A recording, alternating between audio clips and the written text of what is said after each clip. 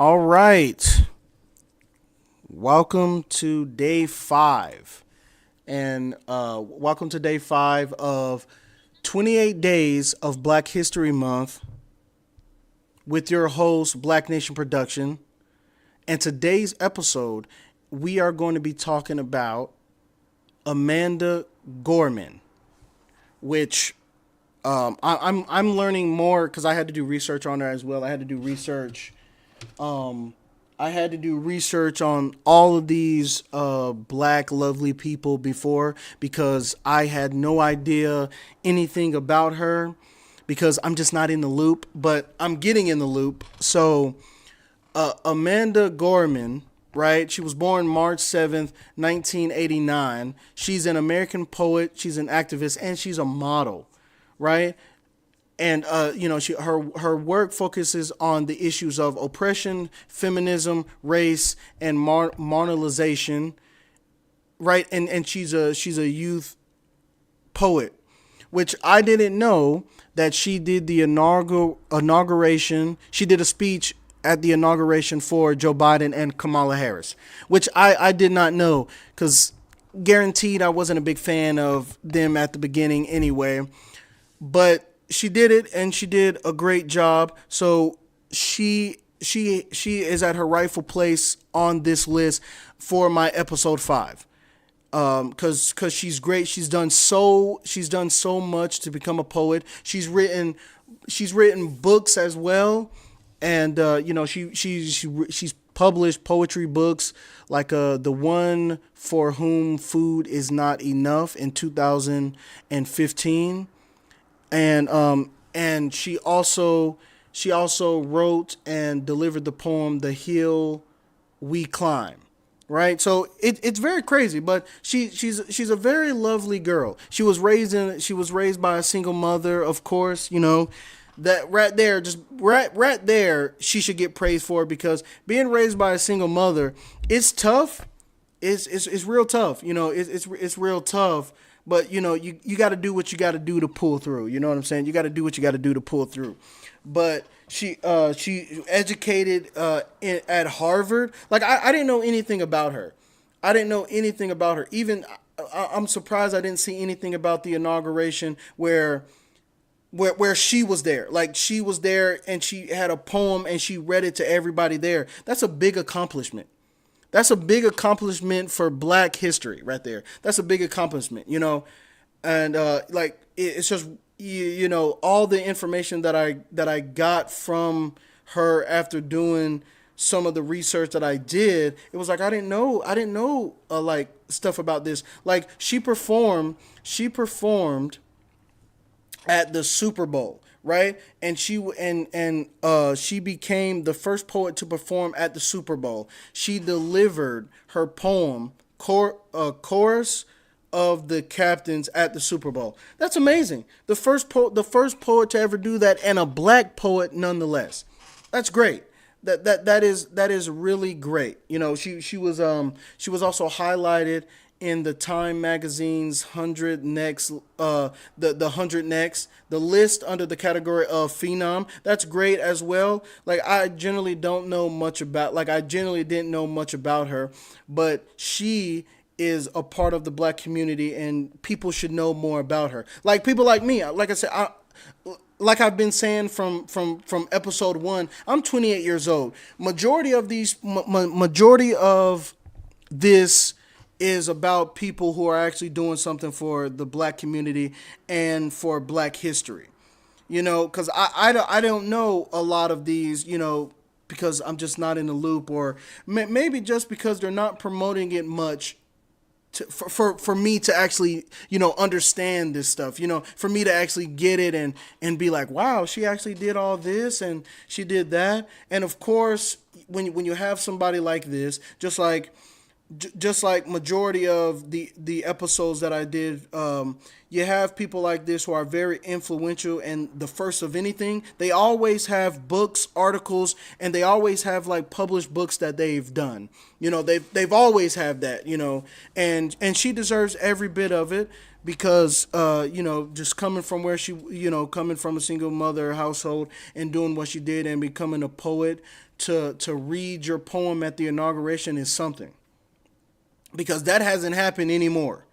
That hasn't happened anymore that I know of. So that this is a real staple to her, and to her contribute, and to her, and just to everything that she did.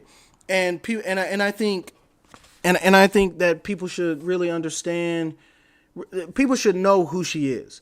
If her name comes up, you should know that she is an activist, and she was the first poet to make a speech at the inauguration. I think, and when I mean people, I mean black people, because this is what all Black History Month is really about.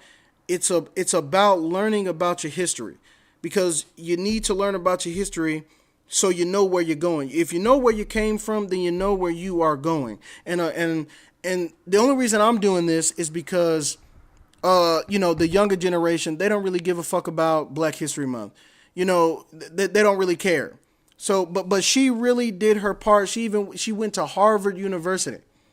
That's a smart girl right there. That's a smart girl.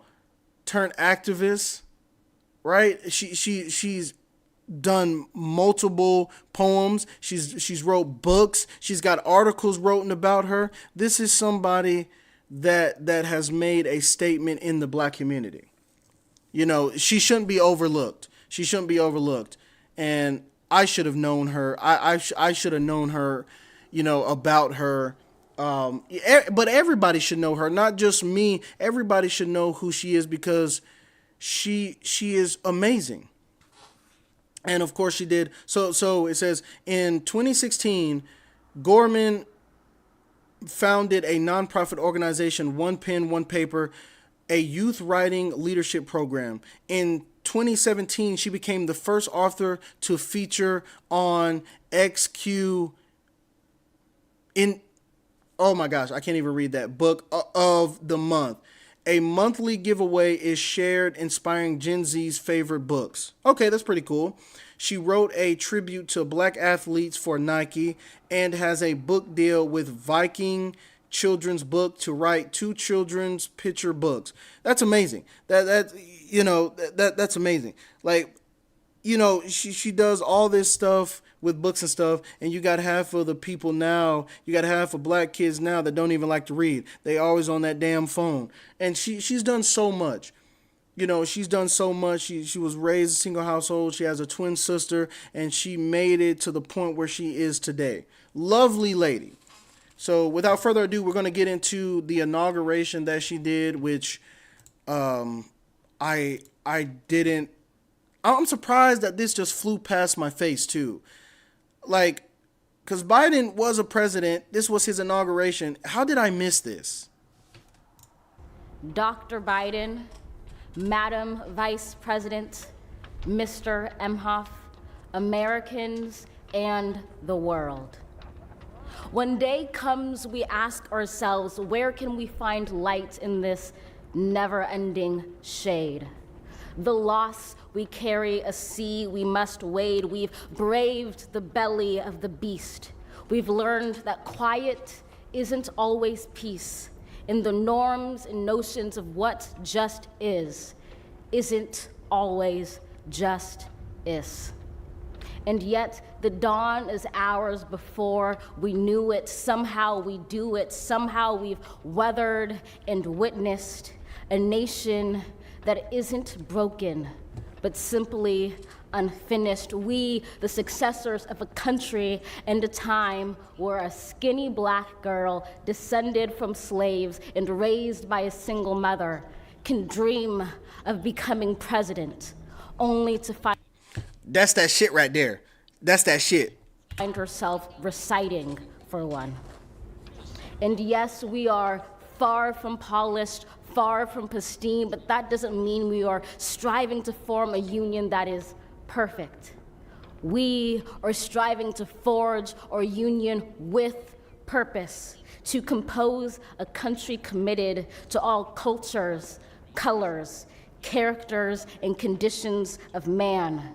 And so we lift our gazes not to what stands between us, but what stands before us. We close the divide because we know to put our future first. We must first put our differences aside. We lay down our arms so we can reach out our arms to one another. We seek harm to none and harmony for all. Let the globe, if nothing else, say this is true. That even as we grieved, we grew. That even as we hurt, we hoped. That even as we tired, we tried. That we'll forever be tied together, victorious. Not because we will never again know defeat, but because we will never again sow division. Scripture tells us to envision that everyone shall sit under their own vine and fig tree, and no one shall make them afraid. If we're to live up to our own time, then victory won't lie in the blade, but in all the bridges we've made. That is the promised glade, the hill we climb, if only we dare it, because being American is more than a pride we inherit. It's the past we step into and how we repair it.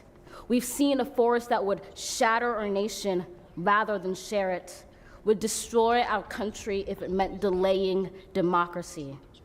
And this effort very nearly succeeded. But while democracy can be periodically delayed, it can never be permanently defeated.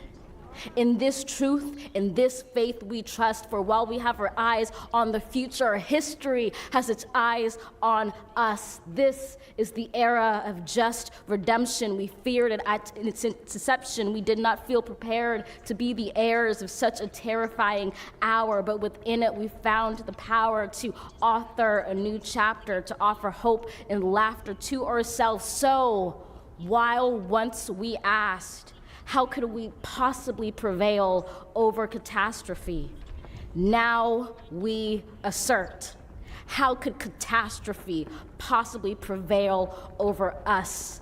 We will not march back to what was, but move to what shall be, a country that is bruised but whole, benevolent but bold, fierce and free. We will not be turned around or interrupted by intimidation, because we know our inaction and inertia will be the inheritance of the next generation. Our blunders become their burdens. But one thing is certain: if we merge mercy with might and might with right, then love becomes our legacy and change our children's birthright.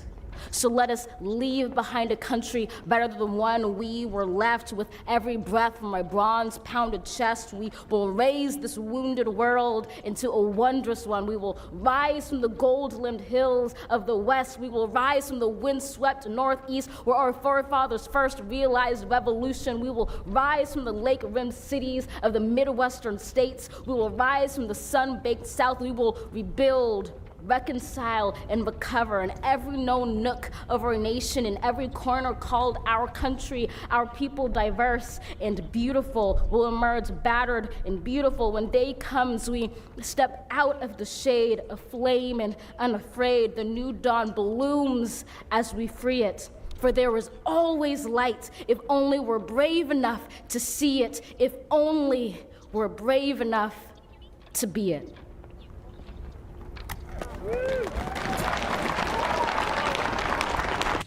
Oh yeah, she did that shit right there, and it was a tough poem too. It was a tough poem. All right, so the next video is what is this? Well, oh yeah, she's giving hope throughout the pandemic. How about a little bit of hope here? America's inaugural Youth Poet Laureate is offering some inspiration for all of us. We asked Amanda Gorman to use her talents to remind us that there is hope out there. In a performance before our cameras at the Los Angeles Central Public Library, Gorman turned to her impressive voice to give us comfort and courage to this nation, and at a time when we need both.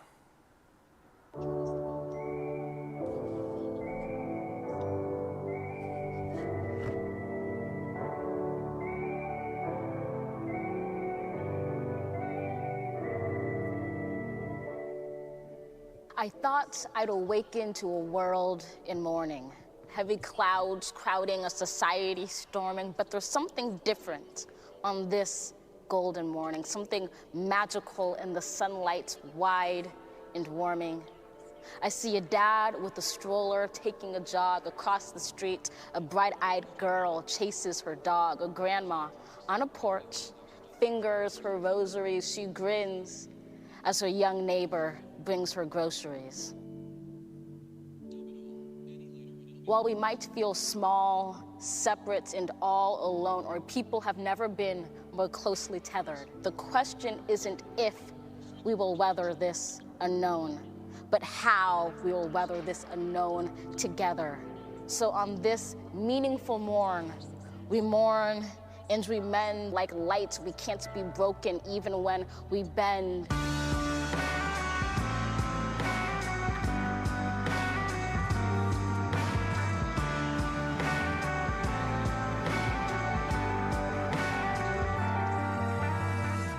As one, we will defeat both despair and disease. We stand with healthcare heroes and all employees, with families, libraries, schools, waiters, artists, businesses, restaurants, and hospitals hit hardest.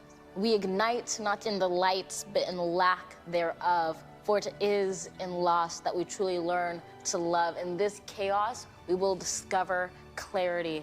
In suffering, we must find solidarity.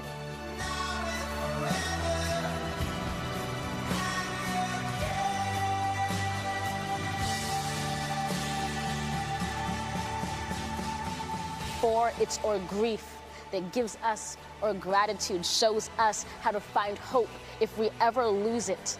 So ensure this ache wasn't endured in vain. Do not ignore the pain. Give it purpose. Use it.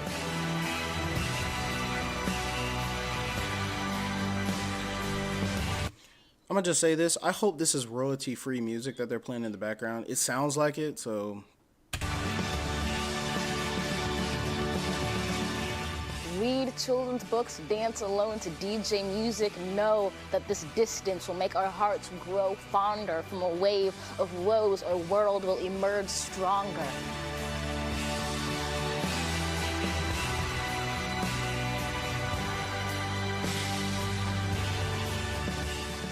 We'll observe how the burdens braved by humankind are also the moments that make us humans kind. Let every dawn find us courageous, brought closer, heeding the light before the fight is over. When this ends,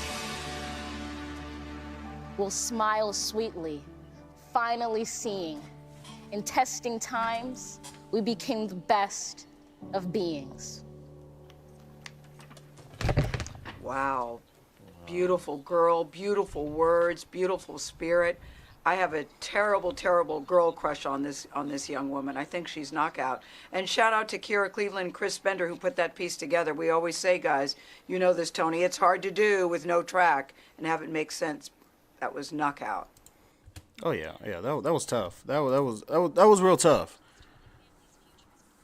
I'm not a real big poet fan. I'm really into. I'm really into hip hop, but this I can get behind.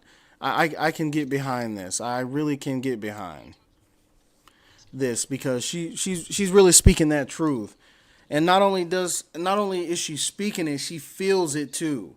You know what I mean? Like you can tell she is passionate and she's putting her feeling behind every single word. And I love that about her. Oh, hi, I'm Amanda. I'm Gabrielle. And I am both out of breath and very late. I am so sorry. Hi, Grover. We were just about to share the word of the day with everyone. Do not worry, I will handle this, Amanda. Today's word is Today's word is upstander. Upstander is an important word. Yes, it is, because being an upstander means you are done sitting down. Yes. No. No. Oh, right. An upstander is the little flippy thingy on your bicycle. That's a kickstand, Grover. Are you sure? I am pretty good with words, Amanda. I am sure. And hey, being an upstander Means standing on your tippy toes as tall as you can. Whoa! Grover! That's still not it. It is not? An upstander is someone who uses their kind words or actions to help their friends or themselves when they are being treated unfairly and unkindly. Treated unfairly and unkindly? Sometimes people are treated unfairly because of the color of their skin, the shape of their eyes, the language they speak, or because of their religion. An upstander treats everyone with kindness, fairness, and respect. So, if someone... That's me all the way. I treat everybody respect. I treat everybody with respect. That's me all day right there. I'm an upstander for sure, baby. That's me all day. I treat everybody with respect until they show me that they don't need that respect and they want to disrespect me. So then I got to come with it, you know. But yeah, I'm an upstander. I'm about to call my friends and tell them that. were to say something unkind to you, Amanda, or you, Gabrielle, about your brown skin, I would say that is wrong, and all skin is beautiful. That's being an upstander, Grover. And if someone says I can't play with them because of the way I look, I can be an upstander for myself and tell them that's wrong and not fair. Sure, we can all play together. Those are great examples of being an upstander for yourself and others. Thank you to all the upstanders out there. Yes. What? Thank you. What? Speak up. That's what I'm talking about. Cartoon Network. Let's get it. Okay. Let me stop. So my conclusion that Amanda, she is an amazing woman, right? She's done so much and she deserves to be, she deserves to be on this list, and she deserves for everybody to know who she is and what she is doing and continuing to do. So, I guess that's the end of the video. I guess I'll see you tomorrow.